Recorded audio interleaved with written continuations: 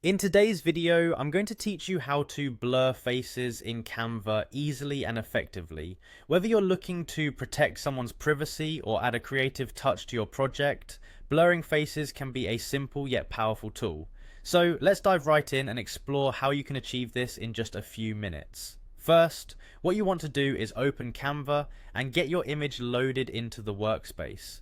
Once you have your image on the canvas, the very first step is to click on that image. This action will activate the editing options specific to that image, allowing us to start making adjustments. You should see the image you want to work with highlighted, which means you're all set to begin editing. Next, you'll look for the edit option. On the Canva interface, there should be a button labeled edit that you'll need to click. This button will open up a panel where all the editing tools are available at your fingertips, ready to help you customize the image to your needs. Within this panel you'll find all sorts of options, but the one we're interested in today is the blur tool.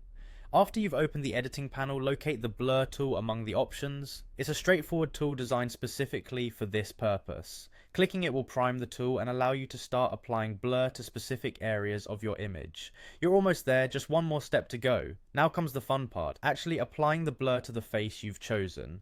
With the blur tool activated, simply use your mouse to brush over the face in the image.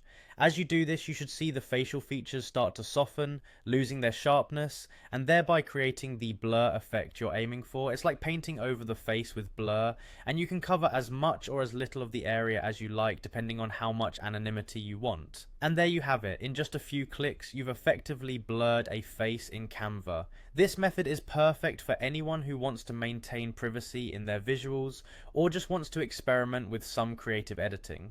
Remember, practice makes perfect, so don't hesitate to play around with the tool to get just the right level of blur you're going for. If you make a mistake, you can always hit the undo button and try again. So there you go, a simple, efficient way to blur faces using Canva, helping you enhance your creative projects with ease and low effort.